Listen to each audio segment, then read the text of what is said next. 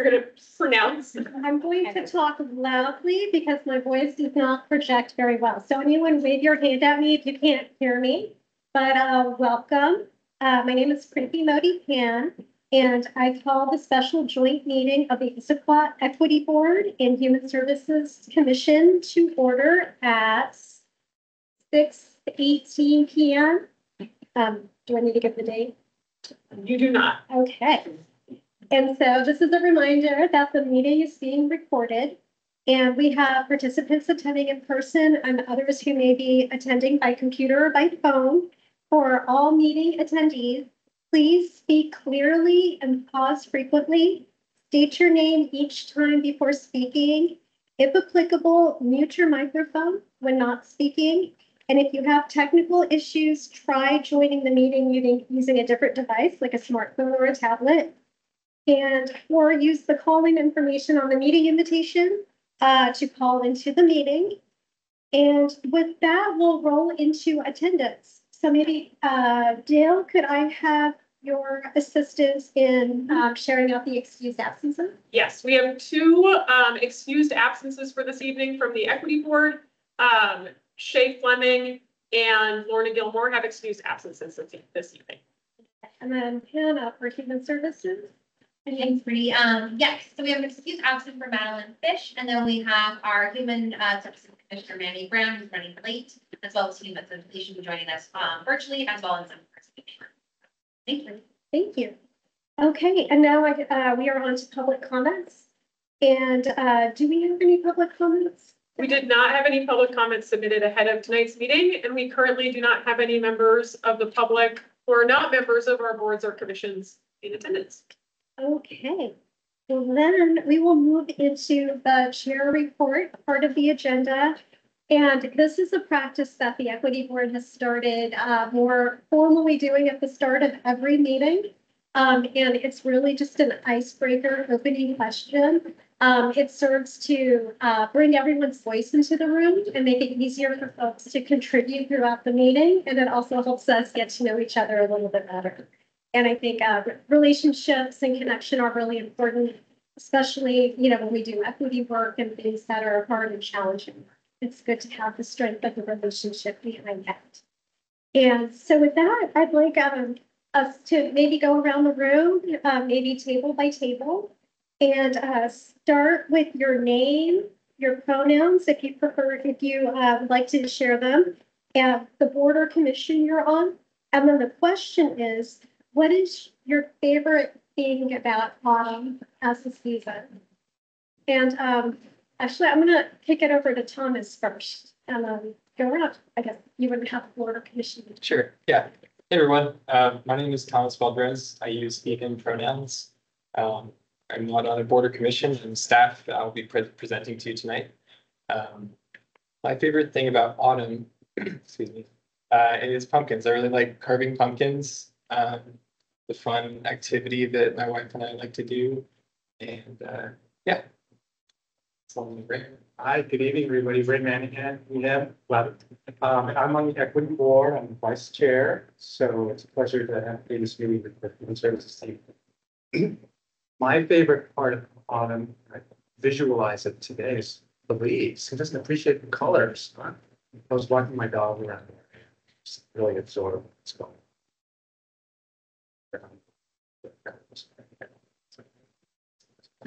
I'm Maury Edwards. I'm with the Human Services Commission. My pronouns are he, him.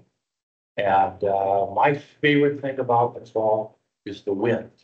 I'm a local guy. I grew up here.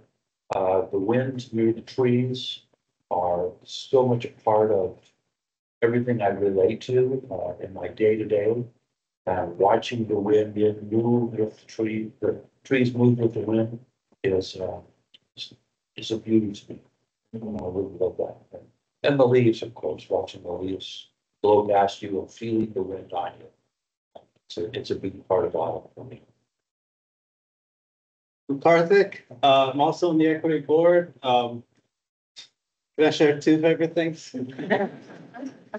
Well, the first favorite thing is a party that my wife Rocker Alex, who actually was on the Human Commissions Board, I'm sorry, the Human Services Board, organized at Lake Sammamish Park that Manny is not here, so he was at the party.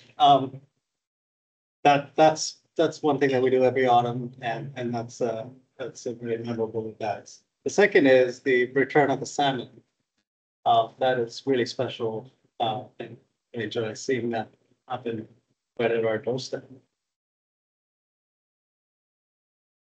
You want to take over there? Good evening. My name is Jaime Fajardo, Human Services Commissioner, pronouns he and him. I would say in terms of autumn, it's a big sports guy, so basketball is around the corner. A little one plays basketball for the city of Issaquah, and the coach, so third grade. Looking forward to, I think we start formation here in the next few weeks. So that's something I'm looking forward to this fall. Hi, everyone. Hannah Roberts here, our Human Services Coordinator. I'm a staff member and staff liaison to our Human Services Commission. So nice to see you. Fall, or the falling leaves. I know that's so silly, but just like today walking around with the Christmas fleet and just watching the sun come through the trees.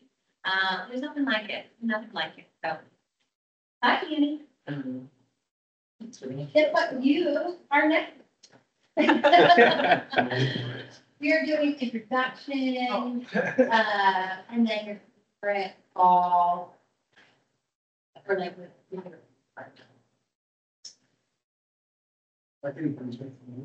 Yeah, you're at the team. We're on. And Brown, I'm with the Human Services Commission.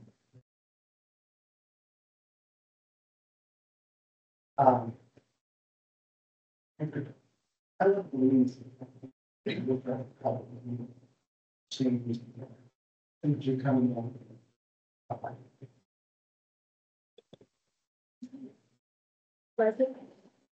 Oh, okay, I guess it's me. Leslie Millender Irwin. I'm with I'm on the equity board. My pronouns are she and her. And my favorite part of fall has to be the leaf drop. I'm from California, so I love all the great vibrant colors of the leaves here. They're just stunning. I call them Washington State tree confetti. So that's what I call them. I love it. So good to be here.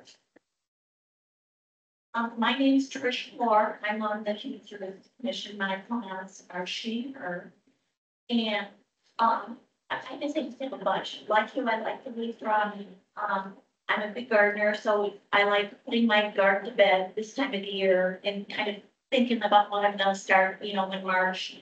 And then Halloween, of course. Hi, everyone. My name is Marcia. I'm a member on the board, and my favorite thing about fall, I guess, are the leaves and like pumpkin spice.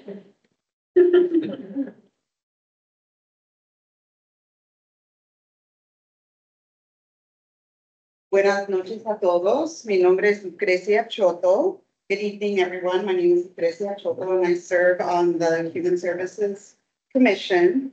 And I use pronouns she, her, and ella in Espanol. Let's see, autumn. So for most people, they think of the new year as January 1. But since I made my career in higher ed for the majority of my career, then for me, the beginning of the year is always the beginning of the school year. And so I always think back to, when my kids were little and all of the things that they were looking forward to, because even though summer was a lot of fun, they look forward to going back to school. And then I was a travel schooler for a while. And again, everything was demarcated by the fall. And so for me, it's that next step of like improving yourself, right? Because every fall you were looking forward to a new grade, a new maybe career path or a new whatever. So for me, it's like a really renewing sort of sense of time. So yeah, so happy new school year, people. My name is Shani. I'm with the Equity Board. My pronouns are she and her. About autumn, moving from Alabama to Washington. Autumn took a completely different meaning. And it's just so beautiful and it just keeps getting beautiful. So I'm we feel very fortunate to experience that. And we don't have to go to New England. And of course, autumn is the whole vibe of festivities here, Halloween. It's also interspaced with a lot of Indian festivals, Diwali and so on. So this is just a very, it's just a very nice sort of time when you think of family, want to be with family, and you just want to relax before getting into the winter. Hi, my name is Colleen Munn. I'm with the Equity Board. My pronouns are she, her. Like Trish, I'm a gardener. And so right now in the autumn, I literally look out my sliding glass doors in the back of my house and look at my garden every single solitary day. Because every day it's a little more yellow and a little bit more red. And I have what you would call a spring garden. So it's just really beautiful in the spring, kind of boring in the summer, and then really alive in the fall. So right now is one of its most beautiful times. And it's less work now. So. Yeah, hi everyone, Dale Markey Crimp. I'm the assistant to the city administrator. I'm also the liaison to the equity board. I use she, her pronouns. My surprise, no one has said this yet. One of my favorite things about the autumn is it's the beginning of soup season and stew season. And I feel like I spend all summer wanting to eat hearty soups and stews, and the time is here for me. Get out the brazen pot. We have good things to cook. Yeah, Preston, would you like to share? Yeah, sure. So, hello, my name is Preston Mealy. I'm with the Human Services Board. I was a youth representative. I'd say my favorite thing about autumn is probably like the weather, like a light rain, and it's kind of like it's not too hot, but it's also not too cold yet. So it's just like kind of the perfect weather to go outside and hike or take a walk. Great answer. Thanks, Preston. Hi guys, my name is Kanal. I'm on the equity board and I use he, him pronouns. And then what I'm most excited for autumn is only continuing to watch football. I'm a big football guy. Watching the Seahawks hopefully get rid of it next week. And then Thanksgiving and autumn hikes. Well, and I'll just close this off. Briefly, I use she, her pronouns, and in addition to watching the leaves change color in the fall, I really enjoy sweater weather and the coziness that comes with wearing, bundling up and wearing like the warm wool sweaters. This is fun to you. Nice. Well, thank you all for participating in our opening question. And now, so we're on to our main highlight of the evening with Thomas presenting on the Central Issaquah Light Rail Station Area Vision and Guiding Principles. That's a long title. Thank you for coming tonight and sharing this important plan with us. I'm gonna trade spots with Dale. I think. You are. I'm gonna get you up here in a second. It's trying to do something fancy that I think is probably a mistake, but I think it's gonna work. It's not gonna work. I thought that it could, but 1 second. I'm gonna set up appropriately.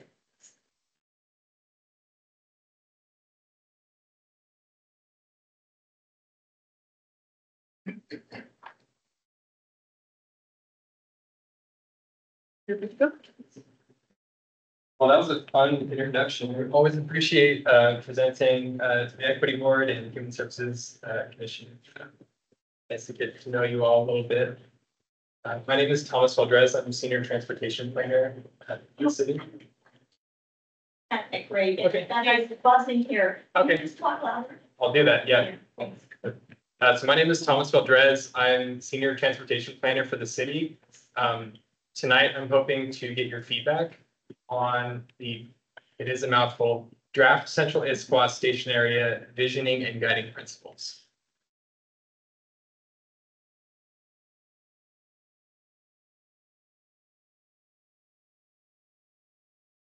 So I do have two questions for this group. First one is, do you agree with the vision and guiding principles as presented? And second, if you have any changes you'd like to see, I'd appreciate knowing that as well.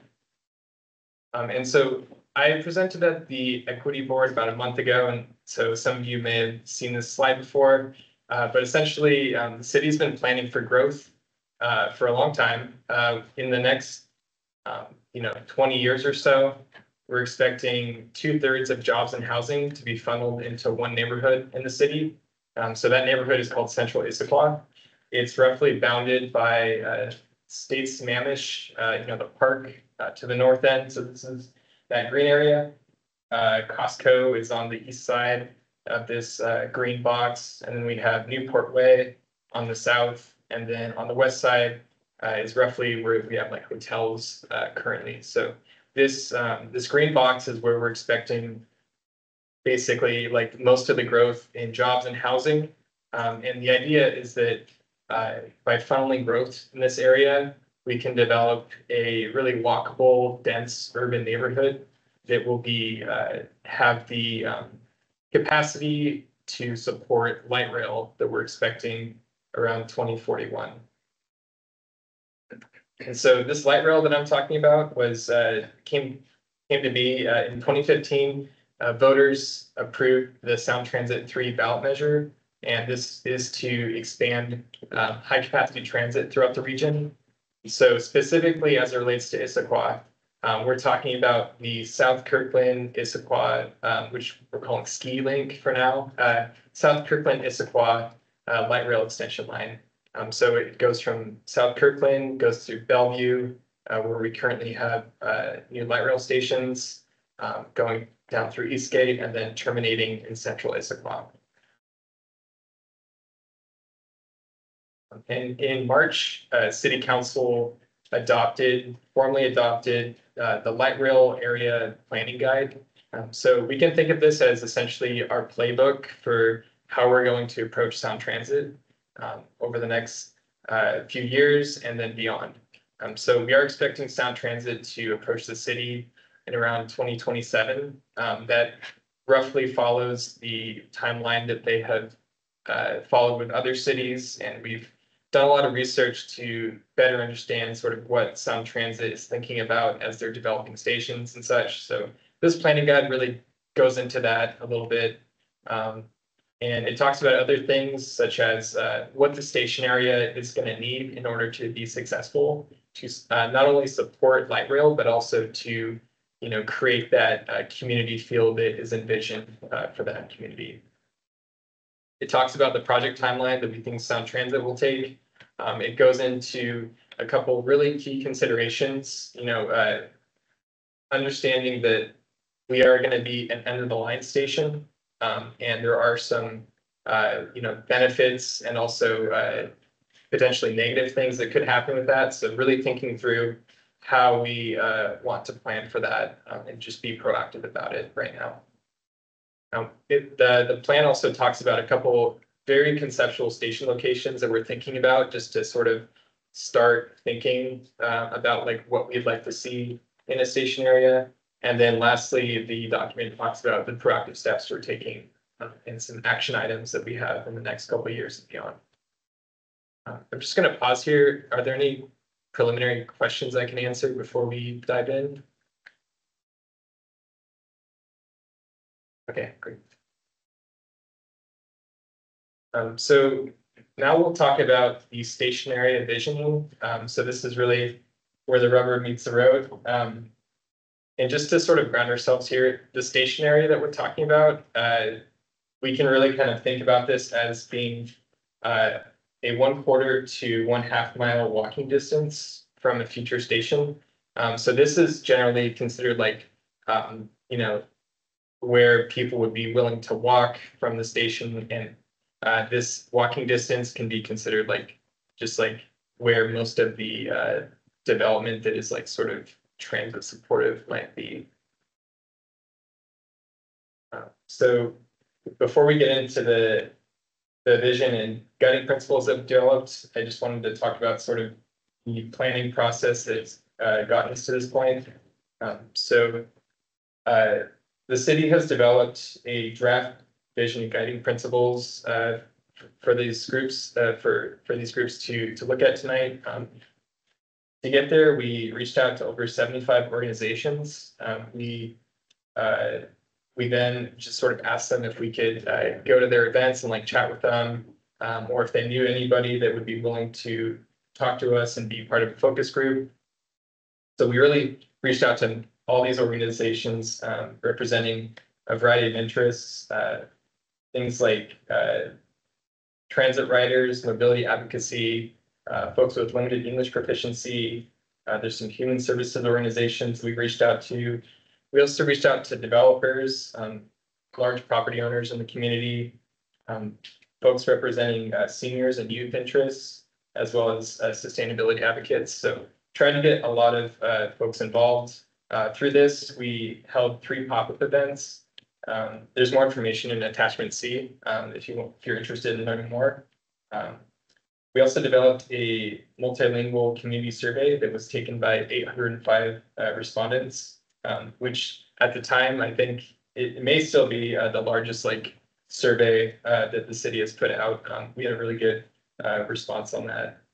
We then held 7 focus groups, had various discussions with lots of different folks representing different interests in the community. There were about 28 members on that. So we met with 7 different groups. We then held a culmination event where we invited those 28 members representing those 7 groups to all provide feedback on a draft vision and guiding principles. And now we're at the boards and commissions level. So I've already reached out to the, the Planning Commission and the Economic Vitality Commission. So I'm now here getting more board and commission feedback. Ultimately, we'll be taking this to City Council, and I think we're expecting this to be adopted around the first quarter of next year. Is sort of what we're at. So with that, I'm hoping you've read attachment B. This sort of talks about the draft vision and guiding principles. And I'm happy to get your feedback on what you've read so far. But generally, those areas talk about accessibility and connectivity, the different uses and experiences. We also talk about community connections and character. These were all themes that sort of emerged through this pipeline. Initiating first off with pop-up events. Really talked to a lot of folks about things that they're interested in the station area. The survey that we put out that had 805 responses. We combed through, I don't know how many different responses, but people really let us know what they were thinking. So we filtered all that information, and that led to the focus group discussions. And so now we're at the board and commission level trying to polish up what we have here today. So just to sort of provide some feedback on what other commissions have said.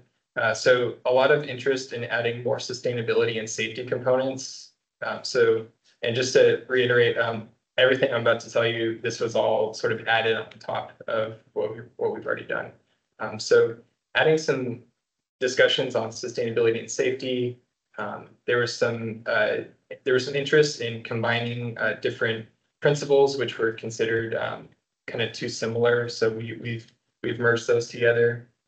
Other topics that were brought up was just making sure that right-sizing parking and easing congestion were really incorporated into the guiding principles.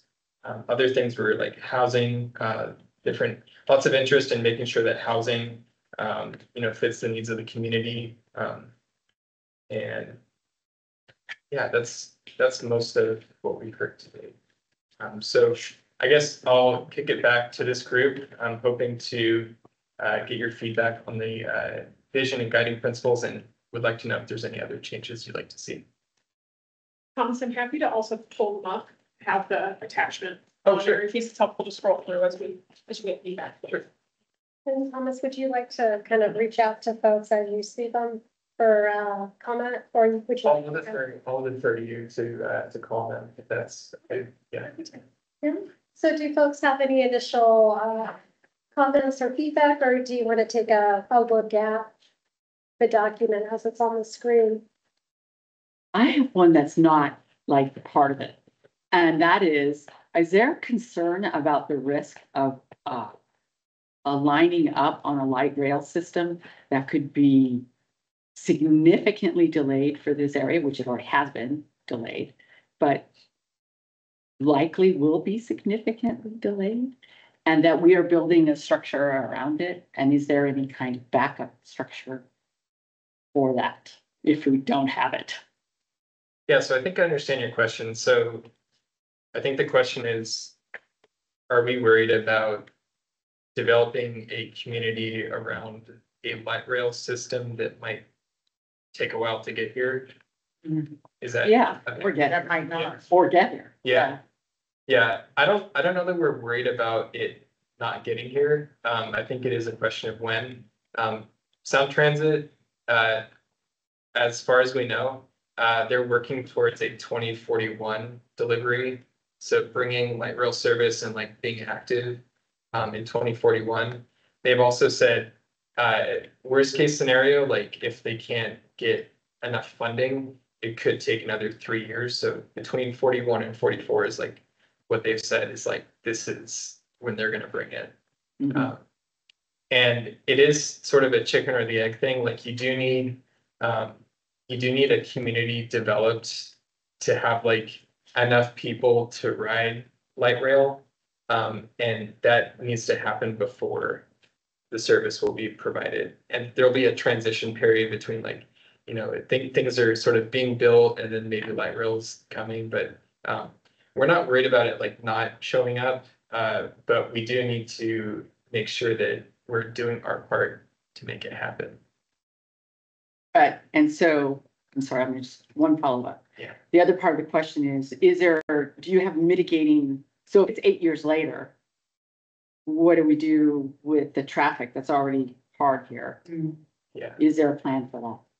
Yeah, whenever development comes and sort of, you know, if a new apartment building comes, they will need to figure out how, like, all the trips, all the people, you know, using that apartment building and so on. They're going to need to make sure that the network of roads are not negatively impacted by that traffic. So there's funds that they put into like, for example, upgrading a traffic signal near them. So each development as it comes should be looking at that. And we are planning over the next 20 years. We expect we like forecast traffic models. So we do know that there are some intersections that will be more impacted than others, but we are working to make sure that we take care of those by the time it gets here. Thank you.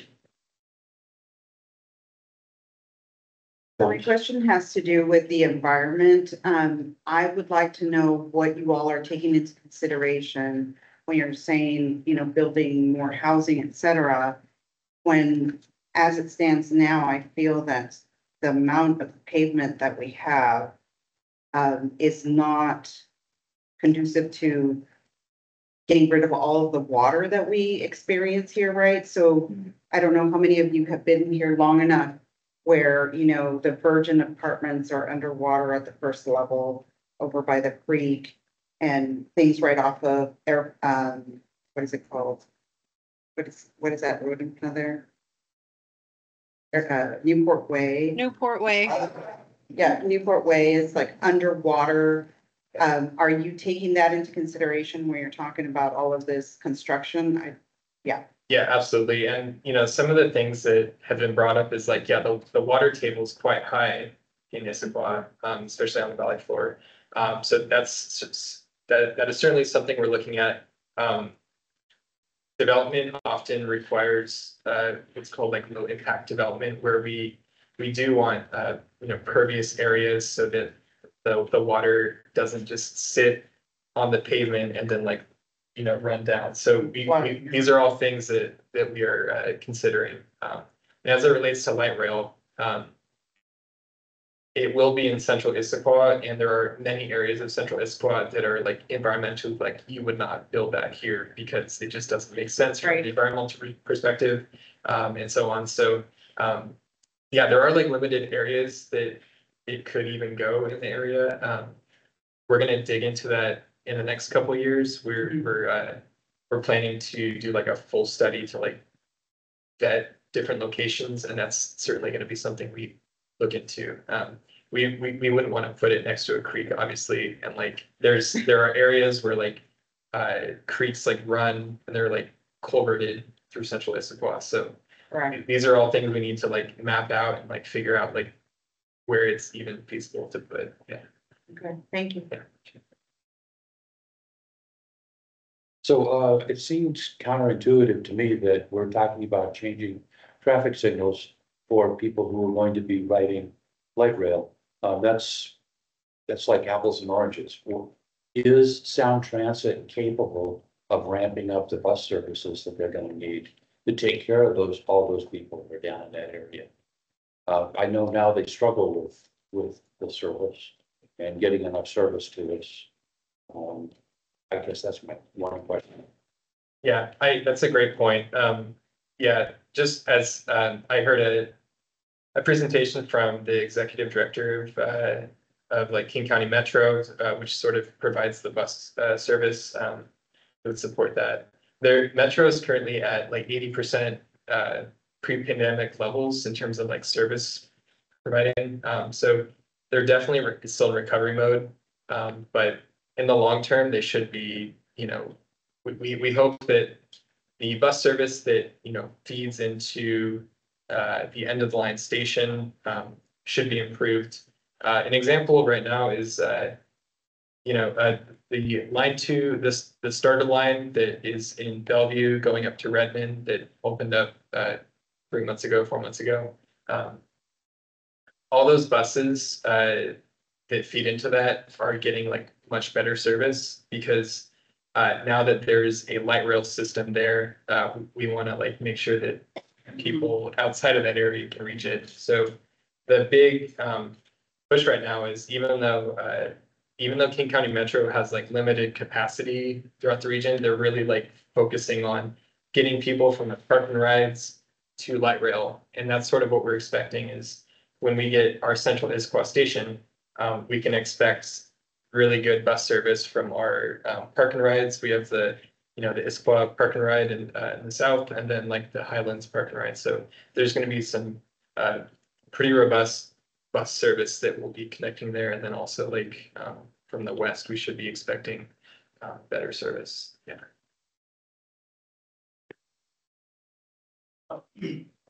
My concern is the actual hardware being used for, like, you know, even now, it's called starting to put wiring and electrical underground.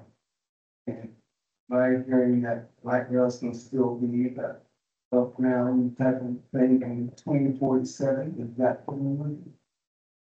I'm not aware of what the system will look like at this point.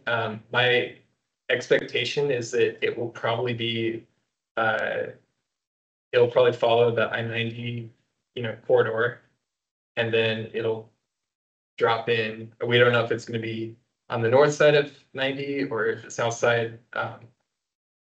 And yeah, Sound Transit really hasn't like told us what if it's going to be like at grade or above grade. Yeah, so unfortunately don't have much information to share on that, but as soon as we know, we'll let everybody know.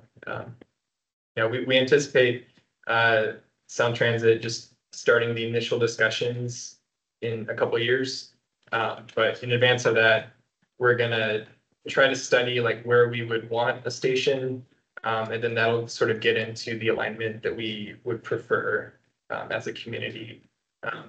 And that preferences, all the options that we talk about, we can then bring that to Sound Transit, and they will use that as part of their environmental analysis as one of the alternatives that they will look at. So there's going to be like a community preferred alternative that we've all talked about, that we've agreed on is like this is the one that Issaquah wants, and then Sound Transit will have like a handful more that they look at as well.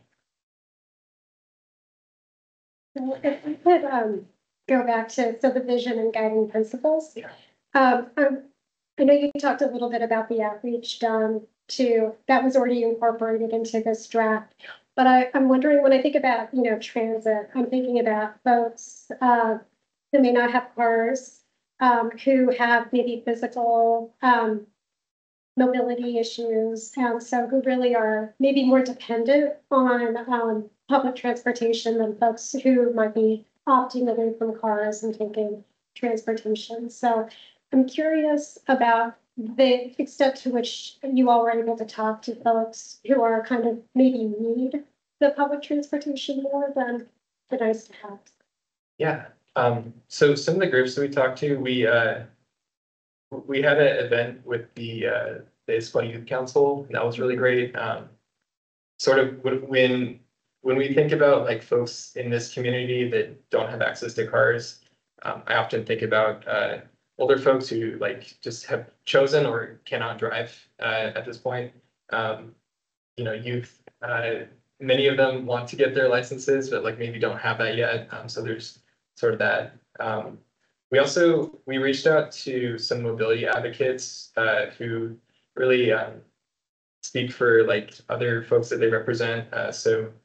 Reached out to HopeLink, which is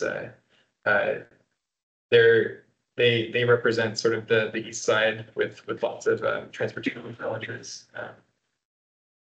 We reached out to 75 different organizations, and a lot of them were sort of representative of like folks who don't drive. Yeah. And so was there feedback? There was, yeah. We received lots of feedback. There was a focus group, one of 7 that specifically was like comprised of like transportation advocates, and like that was a big discussion point. It's just making sure that there's walkability. An example that was given, not to put like Mercer Island under the bus, but like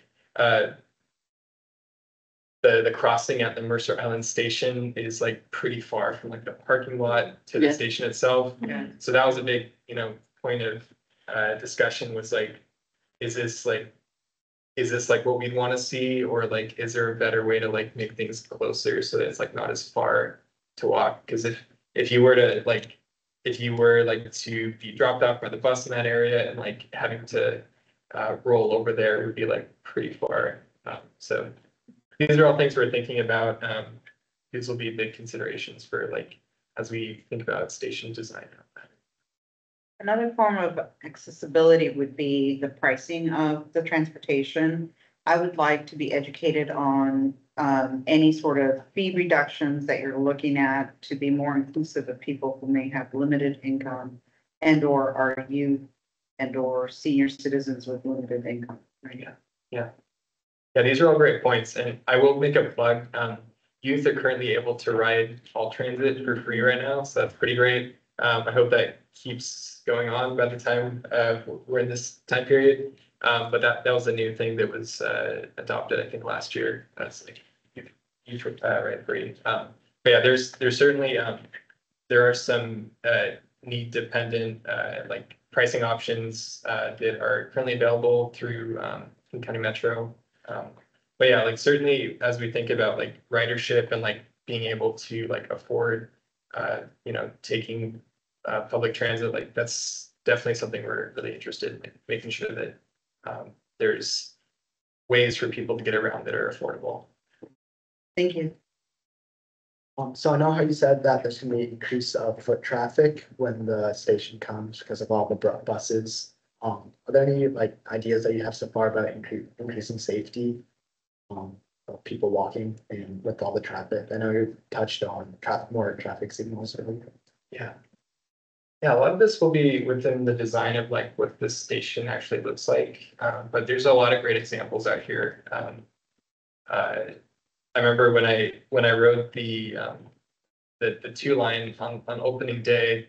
I think it's in Wilburton Station. There's some like really good like flashing lights if you're crossing the street. Other things that people think about, like if the station were located on like a major road, maybe that would mean that you need like a bridge so that there's not like people having to wait and like leapfrog. Exactly. Yeah, we don't want to see that. So yeah, it really depends on where the station is, but we're very serious about safety, and that's something we definitely want to address. Yeah. Question, Thomas. Maybe a question to the larger group, just a show of hands, who has taken public transportation from downtown Issaquah into Seattle, Redmond? So you're familiar with those lines at the bus station, like if I'm talking about 554, 271, those ones that go outbound. Because I use it 2 to 3 times a week, which I really enjoy, but there's congestion points.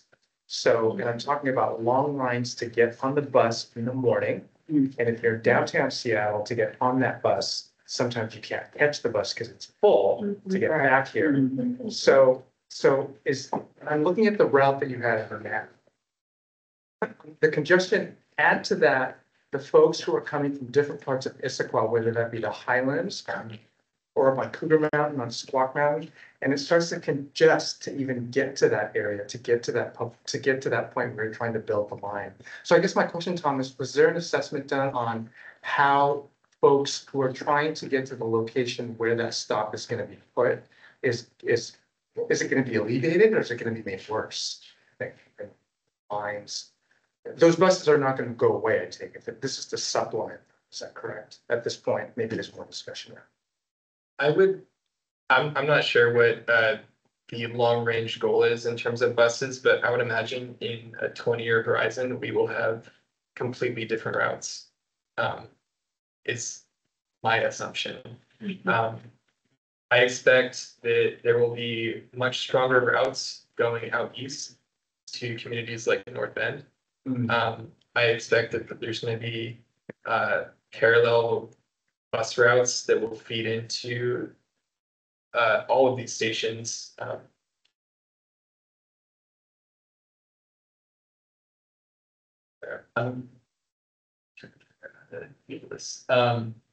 Yeah, so I expect that there's going to be like completely different routes. The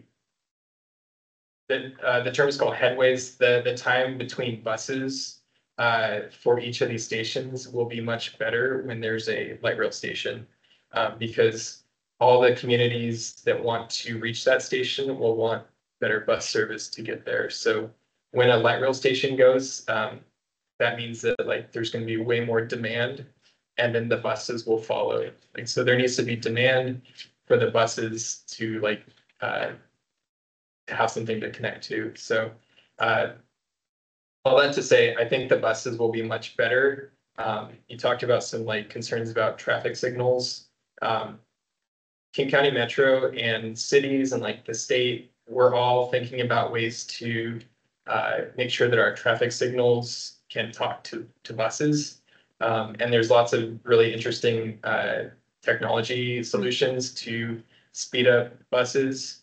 So these are all things that we're working on. I think it was 2 years ago, the city developed a intelligent transportation system plan, which also relates to like the traffic signals talking to buses. So over the long term, we should see better bus connections and like faster service, just with agencies like finally working together on these like these issues, like the bottlenecks that we see on the freeway, and then the bottlenecks we see like throughout the city. There's sort of little fixes we can do and work together to. Oh, that's good to hear, because that was my concern, especially like kids going to school at Issaquah High School and the commuting that occurs there. If you're on the other side of 900 to get through to Newport Way over that to get there, and then Highlands going into the school, if that's just going to be made worse because people are trying to access this new transit stuff, that doesn't do well for the community. It just seems like it makes it worse. Yeah, and we are expecting, just to be frank with you, we are expecting folks from out east to probably come to Issaquah. So this is something we need to plan for as well. There's a couple ways to address that, but as we think about like the location of a station and like how we design the vicinity of that, like we're gonna need to plan for that. And like if people are coming out east, do we want to provide infinite parking so that everybody can do that, or do we want to have more of a like neighborhood feel and like placemaking and like make it an interesting place to be? So these are all questions we're going to have to grapple with. So it's like on one end of the spectrum, it's a massive parking lot and the other one is no parking, and then it's, okay, does that make sense? Because some people legitimately do need to park because there's no other options, so, yeah, we're gonna grapple with that later, but, that is embedded in the vision and the guiding principles that we have here today. Some of the ideas we talked about with other commissions talked about the need to right-size parking. And right sizing, we mean by like balancing various needs, and like we do want to provide some parking. Do we want to provide it right at the station? Are there options to have it provided elsewhere but close by and like connect, so we can be, we can think about it strategically and not just like, yeah, not just put it right there. Does part of the strategy that you're discussing include ways to have people, I'm only gonna speak to Squaw Mountain because that's where I live, right? It takes a gutsy person to walk up and down that mountain to get to the Tibbetts. I think it has a different name, but where Tibbetts bus station is. Simply because there are no sidewalks, right? And I know that you all are, the city's building a sidewalk between Olympus and going up the mountain, right? Right. But still, and one of the things that I keep thinking is if we had electric bikes that could connect, that you have a drop-off point somewhere at the top of the ridge. I think it's called the ridge up there, where Manny lives, like at the top of Squaw Mountain. And have a drop-off point up there and then something down by Tibbetts. Because there are electric bikes that can make it up Squawk, right?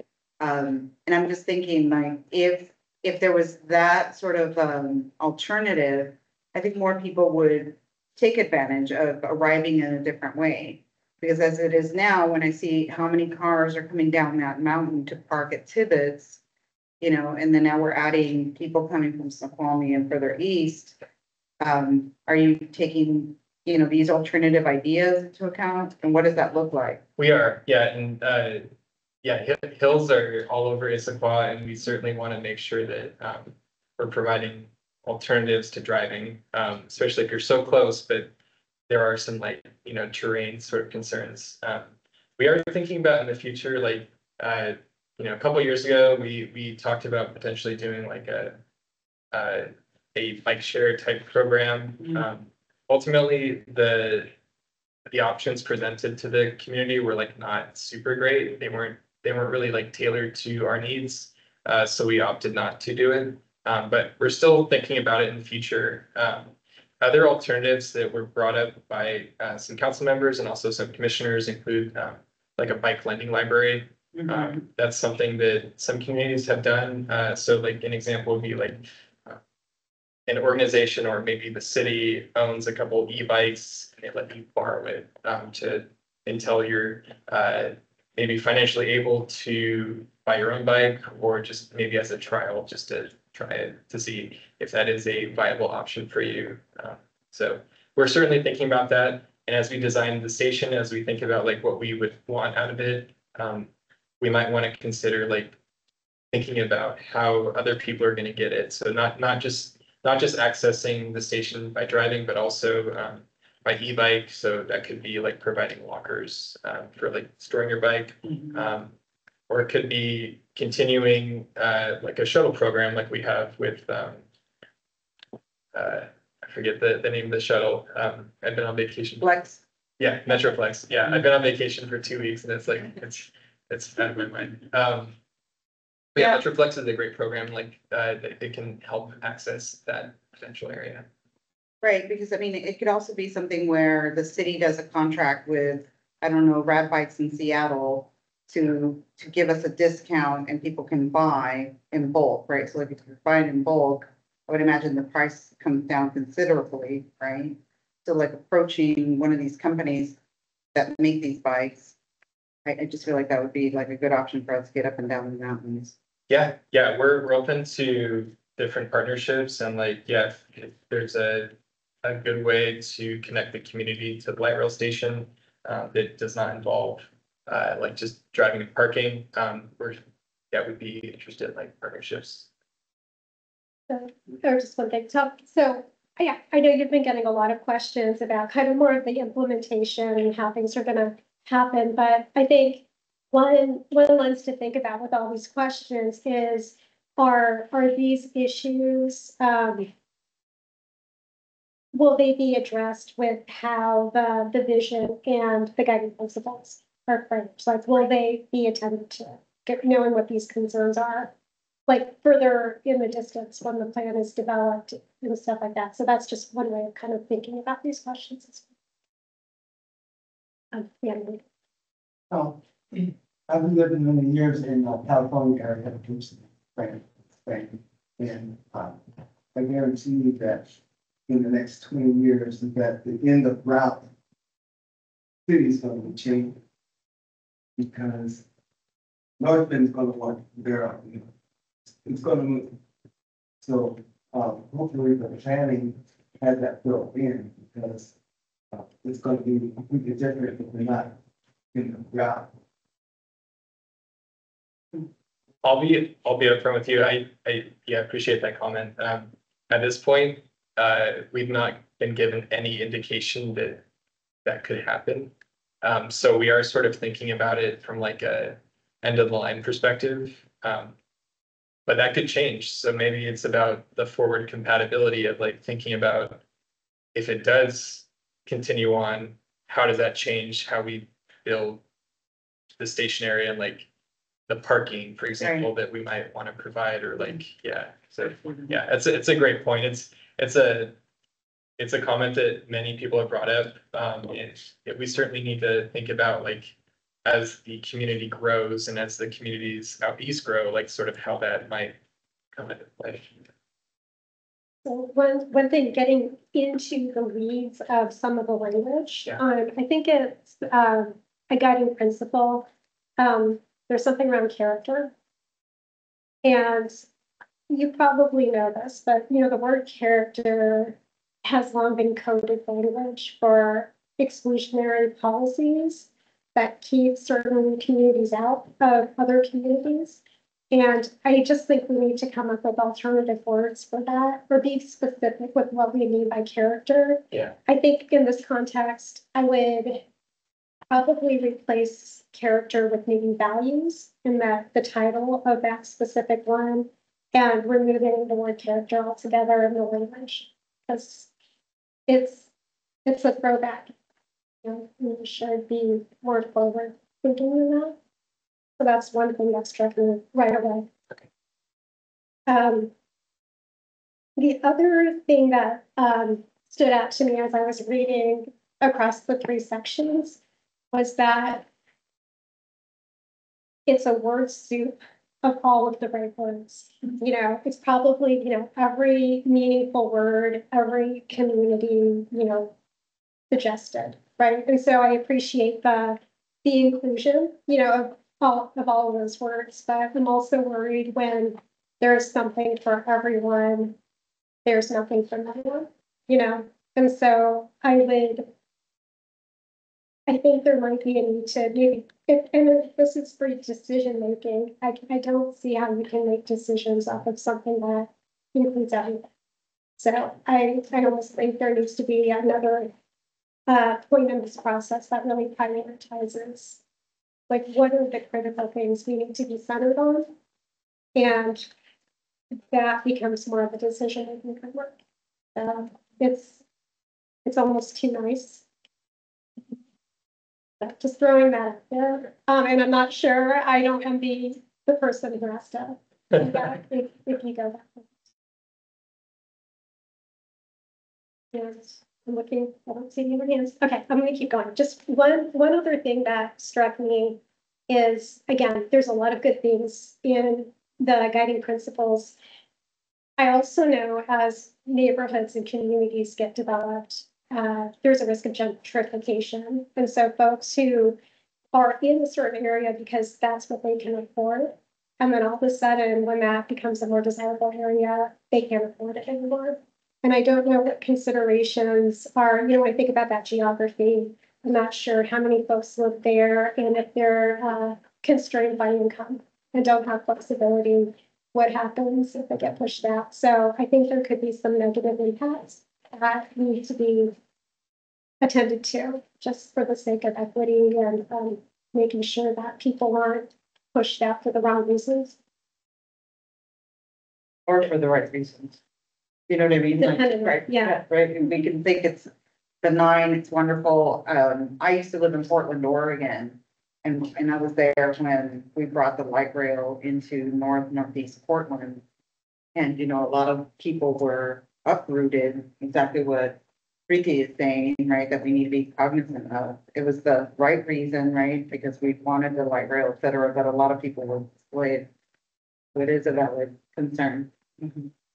So I don't know if it, you know, hesitate to add to more words to that, but I don't know if there's like a mitigating negative impacts of, you know, the development or something like that. Yeah, it's a great point. And currently that green box area that we're talking about, there aren't that many residential. I think there may be like one or two residential developments. So it's mostly lots of like parking lots and like there's Costco corporate obviously is in there. And there's a lot of like smaller businesses. So that's something that we did hear from the Economic Vitality Commission is, you know, thinking about, I guess, being pushed out as a small business is another concern that was raised. So yeah, certainly want to, you know, plus one to the risk of gentrification, and then think about it as it relates to like both like jobs and housing and like just folks being pushed out of the community altogether. Yeah. Well, I know as I drive from my house down Newport Way to get here, I know there's a bunch of apartments down Newport Way, which are maybe adjacent to the green area. So I don't know if they're gonna get impacted by it as well, because all of a sudden they're walkable through a highly desirable. I know that's happening up in the Linwood area right now with the light rail going in up there. My daughter was living up there and the prices are just going through the roof. For minimal housing, not very nice housing, minimal stuff, affordable stuff before, not necessarily.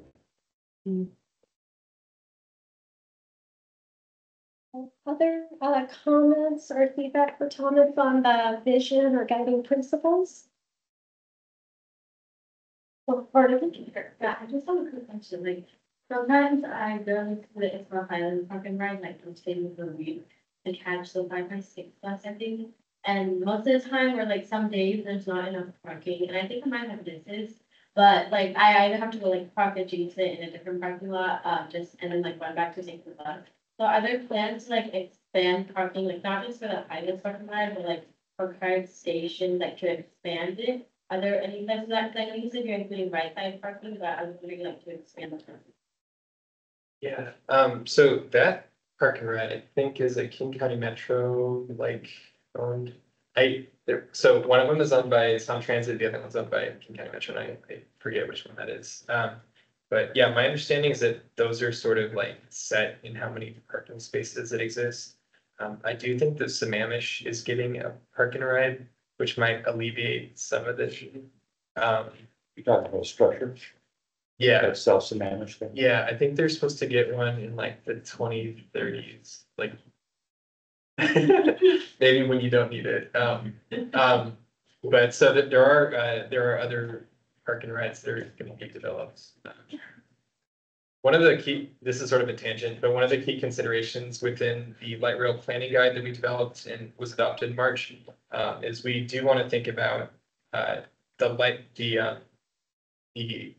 Issaquah Transit Center, which is the southern park and ride. That is also squarely within the area that could be, you know, part of the central Issaquah light rail station potential area. So that is a potential light rail station site. We've not vetted any, you know, options with that, but like it's already owned by Sound Transit. So like we're thinking they might be interested in that. So that could, you know, all the discussions we're talking about with like, you know, risks and all that and like concerns, that is something that we'll want to dig into more as well. And also I read in like attachment B, that the station areas have been incorporating more environmentally. I was just wondering, like, I'm like curious about like, how it's more environmentally friendly, like it is, like, is there a place I can read about that on the website? What does that mean? Or like, yeah. Yeah, what does that mean? So, some of the topics that were brought up is like, we talked about forward compatibility, we talked about sustainability. These are things that like this community in particular is really interested in. Obviously, like we love our trees, we love our salmon. We want to make sure that the station area like feels like it's like part of the community's like values, for lack of a better term. So in the station area, we can really push for more sustainable options. So an example is really small example would be like having some like bioretention areas next to the street. So like when it rains really hard, it'll like trickle off the road and it'll filter through the soil and like a reservoir on the side. Like a bioswale. Bioswale, yeah. I'm trying to avoid like terminology. But yeah, like we can just design these little things. Like other examples is like we can have like green roofs to like catch water and like filter through. To reduce the amount of like road surfaces or like it's called impervious surfaces where like water is just gonna like sit and like potentially cause like water damage. So I'm not like in that space, so I'm trying to think of like other examples, but like there's ways to design an area so that there's like more greenery. It like filters the water that we will get. On hot days, we can have like shade structures. That's pretty common if you look at like the station areas in like Bellevue and like Redmond. There's like some shade structures, so we can make it more comfortable and like it'll feel like environmentally like a better place to be. Yeah, this is more of a problem. I don't have any answer to it. And maybe you do, but when I look at this, when I really think this through, it looks like it's going to be great for everybody, but I'm not sure how we delineate who is it accessible for, right? Because it looks like it's going to be made accessible to everyone. When in reality, which gets back to what you were saying, that we're going to make some hard choices. And is it ever said in the vision that it needs to be equitable? Or it needs to be for those who need it the most, right? And I wonder if that needs to be added. Fair point. Just a comment about seating and lighting. So I've not taken public transport in Issaquah, but what I've noticed when I'm driving around town is that some of the bus areas either don't have seating or the seating is very small. So I'll see people with bags and other items and maybe multiples of people, and only one person has the ability to sit down and have their items. And also I noticed that there's not a lot of shelter in those areas, and being in a region where it rains on occasion, I think that certainly would be a good idea to have. And then in combination with that lighting, I think people want to be comfortable, they want to be sheltered, and they want to be in an area that's reasonably lit while they're waiting for transport. Yeah.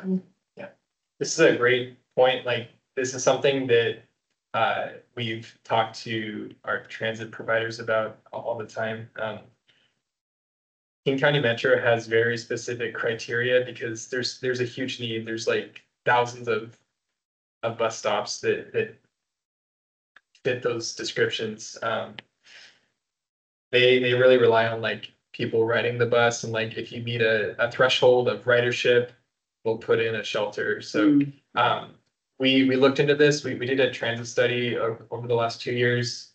We saw this specifically. We actually noticed that one of our bus stops meets their criteria, but they just haven't got around to it. So we've been like we've been emailing them and like calling people. There's like new employees that work there, so now they're like fresh and like they there's like, I guess, a new person we can talk to. So my understanding is that like one of those stops, the one stop that does not have a shelter that meets their criteria, we should be getting that pretty soon.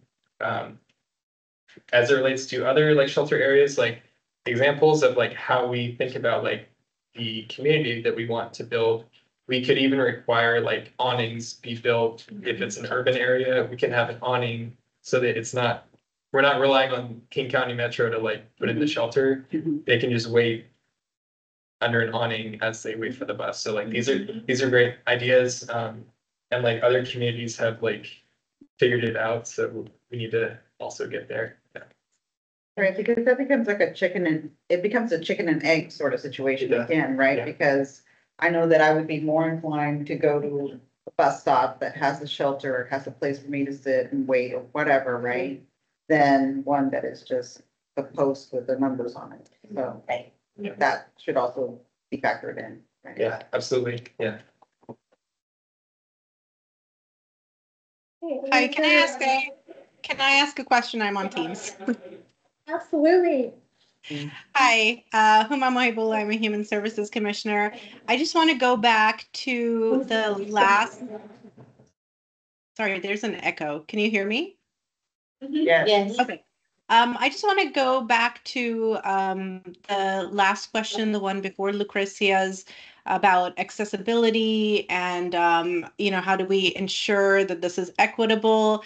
And I was just wondering if these sorts of meetings with commissioners are baked into this planning, how often we can expect to be consulted or information share, and also how are there any, I don't know, measurables or deliverables or accountability measures to know that the feedback received from these commissions will be taken seriously in the planning process or will be reflected in the planning process?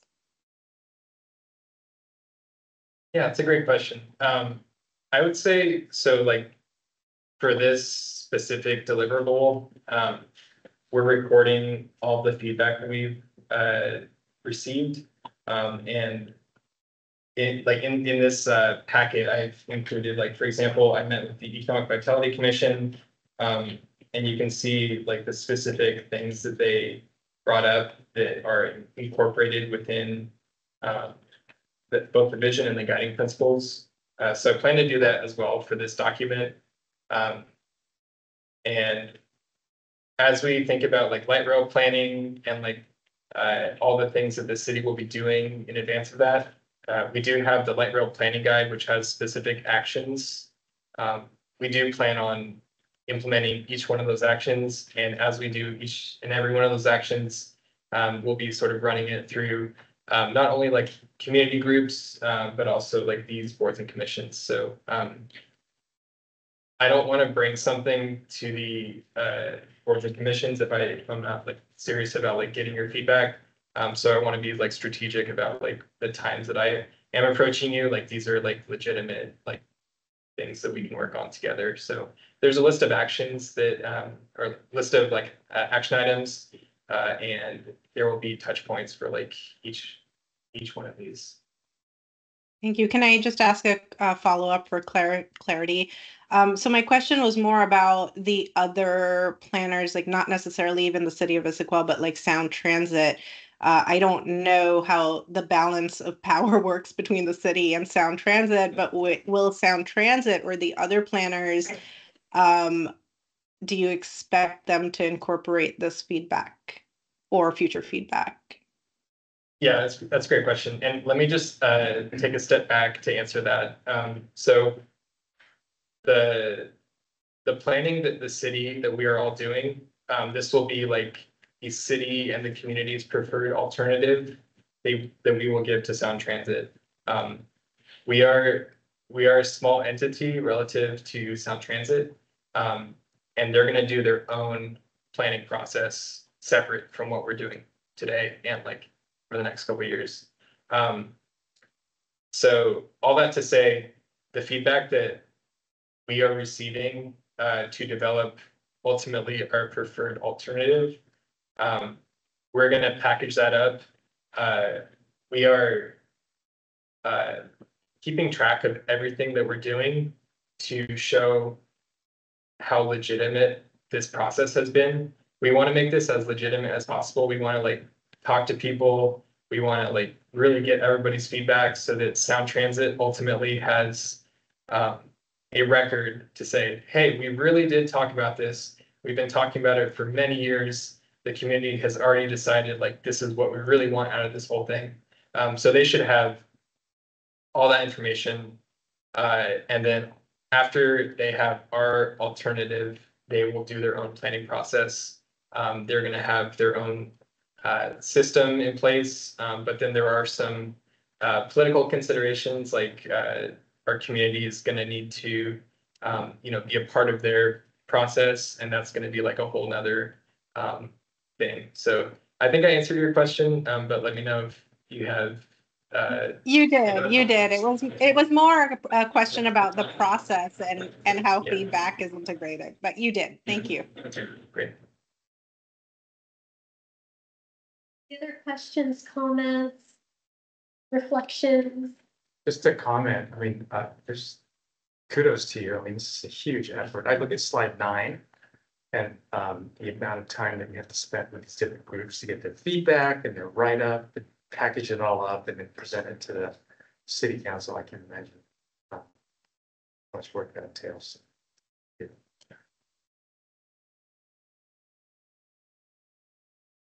Nicole?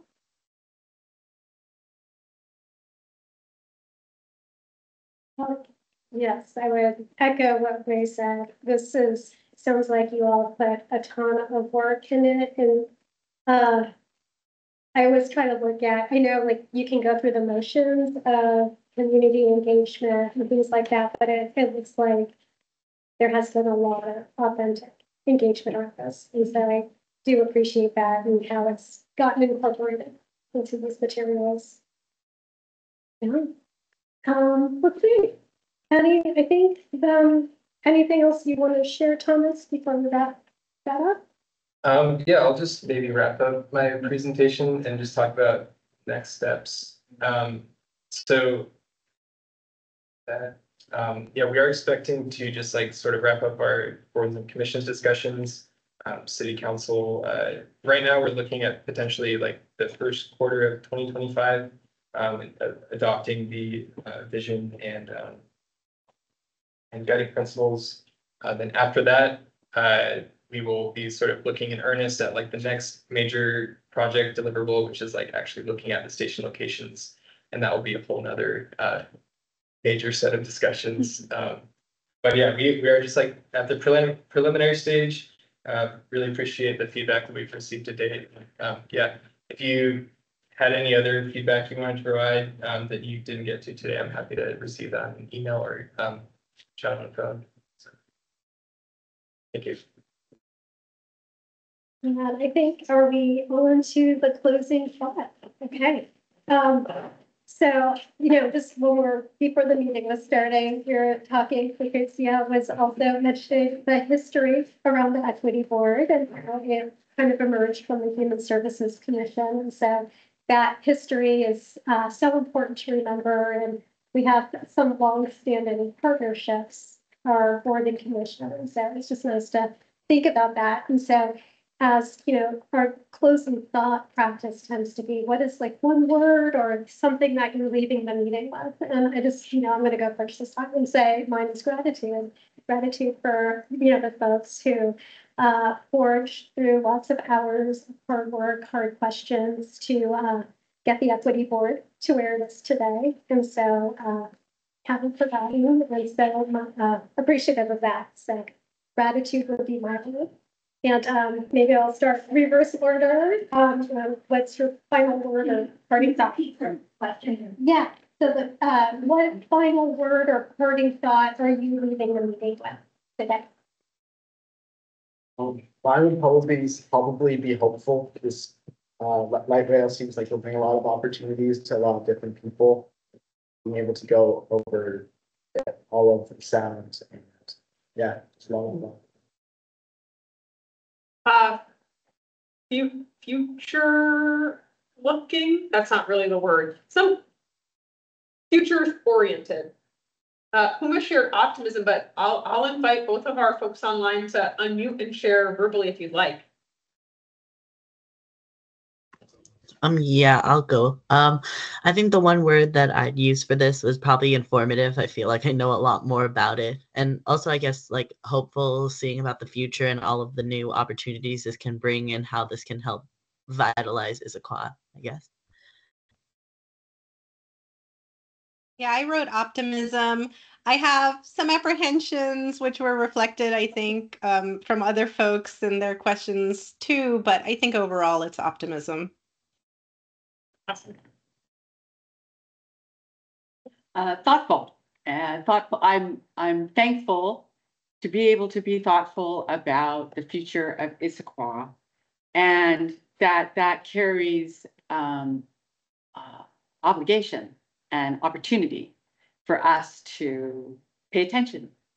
And so I'm thoughtful of that. Collaboration, whether it is the initiation of the equity board or the presentation we heard, the level of collaboration needed to move forward is so important, and that's key that I'm taking back with me. This like this so much. I never do well with this. Yeah, there's a lot, I think. I probably could have said it during the presentation, but one of the things that always floors me is just how long these things take, right? Because I just did the math and I'm gonna be 70 to 73 years old by the time this light rail rolls in, right? And that's just mind blowing to me, right? But at the same time, I look around the room and it isn't just about me, you know, being a septenarian, I guess, but looking around at the young people who are engaged and realizing like, okay, yes, we're forging forward. And it's not just about like the people who are here present, but the ones who will follow. So that's my parting thought. I'm excited to see like how like will change and also how like all the younger future, like even younger than the youth right now. I'm really happy that it's also great for you. That's really nice. And yeah, I'm excited to see how it changes. Yeah, I totally agree with what you said. On the ground. I'm very thankful, and I know that discussions with Sound Transit started, I don't know how many decades ago, but I'm very thankful that they agreed to come out to Issaquah. I think for a while there, we were hoping that our link would come out sooner than, I mean, I think, yeah, like about the same time I went to Belgrade, we were hoping it would come out here. But I'm very thankful that this is happening. It's absolutely necessary, and I am hopeful. Yeah. Yeah, I was trying to pick between the two words, and because they tied so closely to what I do. I manage a senior community, and service and support is I think it's critical to what I do. And when I listened to this presentation, that was so thoughtfully put together. I think that to be a connector, to be able to move people around in terms of where they work, where they live, and their ability to get assistance and service. Transportation is critical to all of those things. So I think this is going to be incredibly beneficial in terms of support and service for people in our community. So super, super excited. Yeah. I'm proud of our community, proud of our city, proud of you all here for your engagement and where we're headed. Thomas left, proud of him for the work that him and his team are doing. I'm just proud to be part of the city.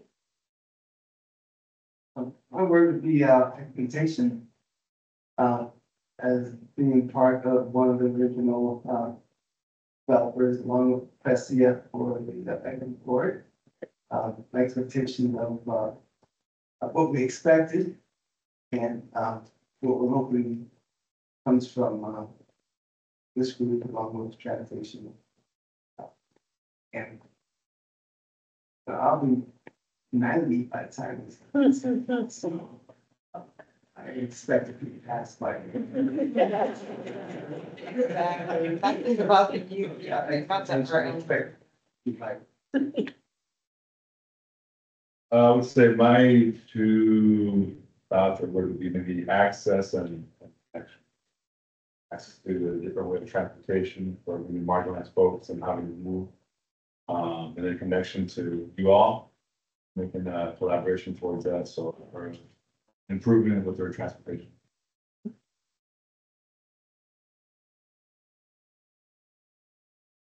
I'll go, I go what you said, and about connected, and I love the historical background and data between the Equity Board and Human Services.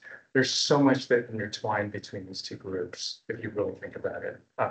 There's a lot in their strategies that involve equity, specifically around human services. I know, Hannah invited me to present to a couple of meetings, so really think about it, equity is embedded with human services and vice versa. So I think this group, these two groups need to stay connected in the future.